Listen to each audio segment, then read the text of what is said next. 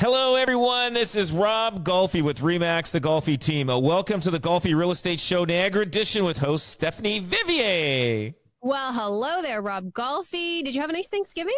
Yes, I did. It was good. Now I got to drop a few pounds, and you know how everybody after Christmas, everybody signs up to the gym.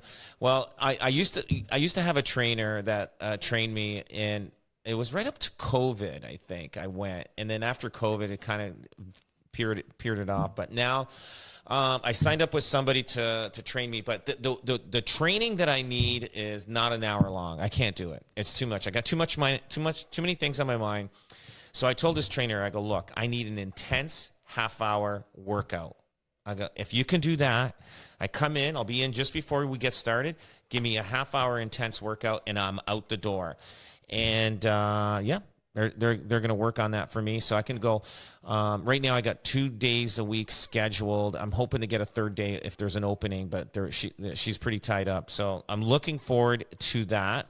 And that's starting next week. And it was just a lot of fun. A lot of it's funny how you get tired after a big meal when you're sitting down, and it's just like, oh boy, I need a nap after this meal. Yeah, almost seems like the less you do and the more you eat, the lazier you are, right? Oh, absolutely. I know. But now it's time to get buckle down and watch my weight for Christmas, so I can gain it again in Christmas. Yeah, so, it's the cycle we all go through for sure, Rob. Yeah. And this week, I understand you were actually feeding some people as well, not only enjoying in the friends and family, but also reaching out to some people you didn't know. Yeah. So you know what? I drive by these different areas, and there's homeless people. And so I just, like I see this, like, oh, you know what, I'm going to, one morning I just said, that's it. I went to McDonald's. I said, listen, I need about 25, 30, egg McMuffins with bacon, whatever. I just need 30. I said, can you guys accommodate that? They said, no problem. We'll do that. So I went in, So I went to this area where there was a lot of homeless people hanging out. It's like a big crowd almost. So I would drive by this area every once in a while, and I would count how many homeless people are there. So I said, okay, there's sometimes it's 15, sometimes there's 20, 25. It depends. So I made sure I got about 20, 26, 27 egg McMuffins. So one morning I show up, drive in. I say, hey guys, I get out of the car. I go, here's some breakfast sandwiches for you guys, and they were all happy. They were happy about that. So, but the one thing this is really kind of weird. So there was this one guy. He had an expensive jacket on, but it was worn down. It was pretty worn out, right? It was like an expensive jacket. He had a bike, a cell phone. And I go, I don't think you're homeless, buddy. And the other homeless guy says, no, he is homeless. And I'm going, well, he looks pretty, wearing pretty expensive stuff on to be homeless, right? And anyway, I still gave him a sandwich, and it was funny. Like, it's just funny to see when you recognize certain, the guy's wearing like it's like a $1,000 jacket he's wearing. I mean, but I'm not saying it was new. I'm just saying it was pretty worn. So maybe he got it from some, Goodwill, and somebody, and then whatever. I don't know. But anyway, it just when you see a guy wearing all nice stuff, I mean, nice stuff, but it's all worn and old, you just kind of wonder a little bit about it. But anyway, I still gave him a sandwich. It was good. And then usually at the coffee shop, sometimes where I go, there's, homeless guys hang out there, and I will buy them a coffee. So as I'm walking in, I say, hey, do you need a coffee? And they say, yeah. So they kind of look for me now almost if I show up there in the morning, because I'll buy them a coffee all the time. And you know what? I'll tell you, I didn't have, I really, at one point, I had homeless people kind of was sleeping on my property on the front porch on one of my offices, and it was bothering me. I said, guys, get off this porch, like you know what I mean, like, and I said, listen, there's help out there for you, like if you need any help, and they don't want help, they don't want they just rather live on their own. They don't want, I don't think they want to live under the rules. They just rather live on their own. And I said, guys, listen, you can't hang out here, and I said, here's $5.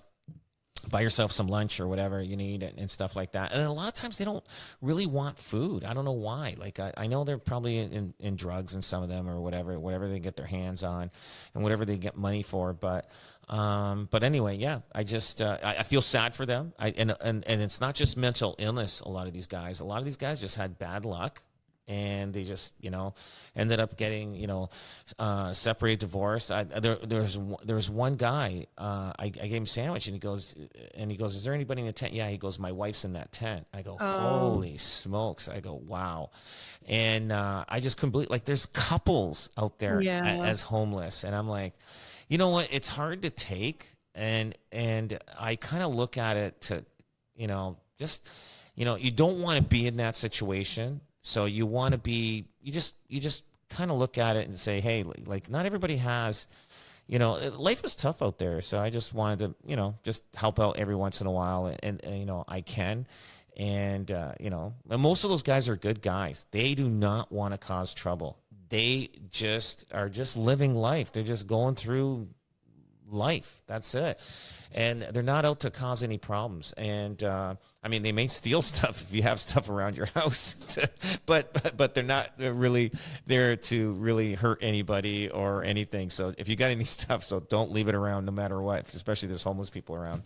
But anyway, yeah. You never know. You show someone some kindness like that, it can really change their life. So yeah, good reminder for all of us. And who knows what situations could happen and we could be there.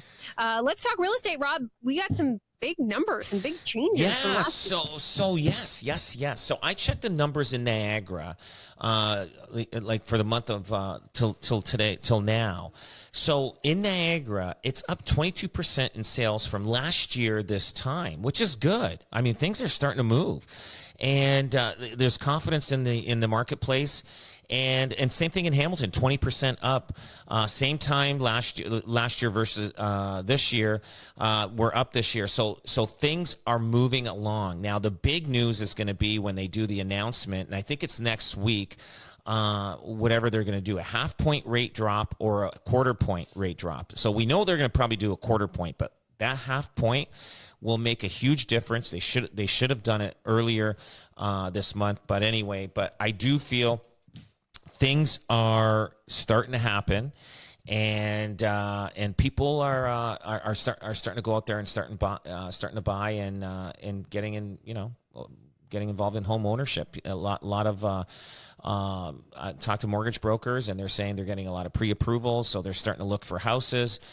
People save money, and it is tough out there. Lately, housing is still expensive. That's not going to change. That's how it is in Canada. That's where we live, and yeah, things are moving along. It's positive. Well, yeah, that is some great news, of course. Now, when we talk about that interest rate cut that is probably going to happen next week, Rob, and you talked about those pre-approvals, and I know at robgolfi.com people can get started on that mortgage pre-approval, so that's a really convenient way to do it.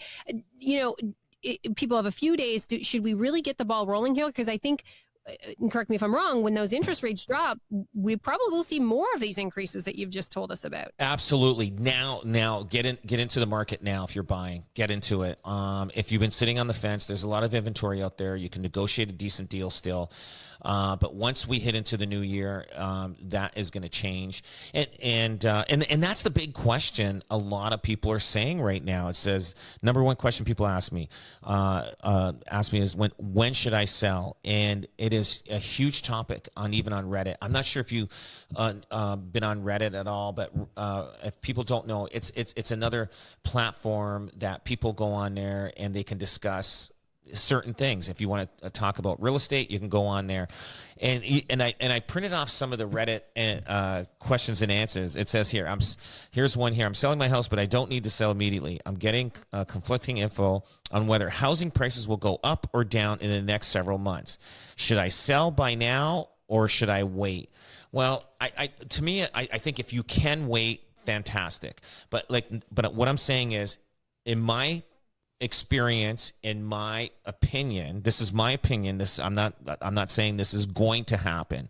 So if you were writing back to this Redditor, you would go on Reddit. What would your comment say? I would say if you can hang on, okay, if you're in Niagara, if you can hang on to March, April, I think you will do a lot better. Now, anything can happen in the world during that time. We can get a tidal wave that comes in Niagara, and all of a sudden, oh, that was a bad move. Like, we don't know what happens. There could be a war. There could be a hurricane. Like, you don't know. There could be, some major catastrophe that happens that you said, I should have sold now. So you don't know. So what I'm saying, though, traditionally, when people, if I had to say the way the market is right now and the way the interest rates are happening and everything, the way the market's changing, I'd probably, if you could wait till then. But now, that's if you're not buying another house.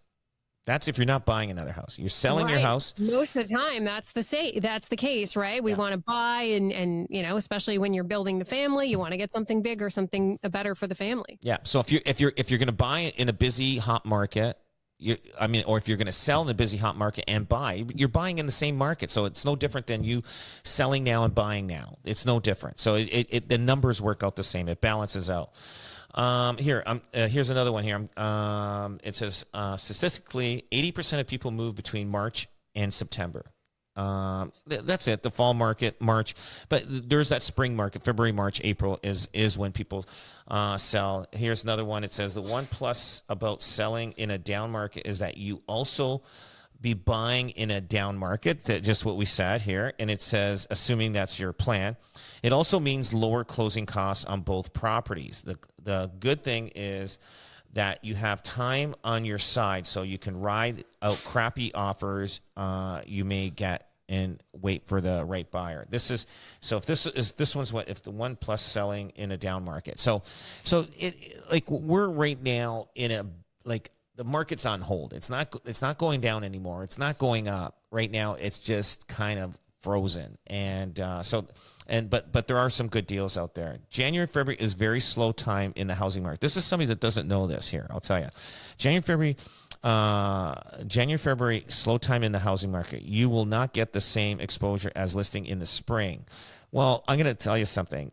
This is somebody that doesn't know. You have anything you want me to bring with me when I go down there?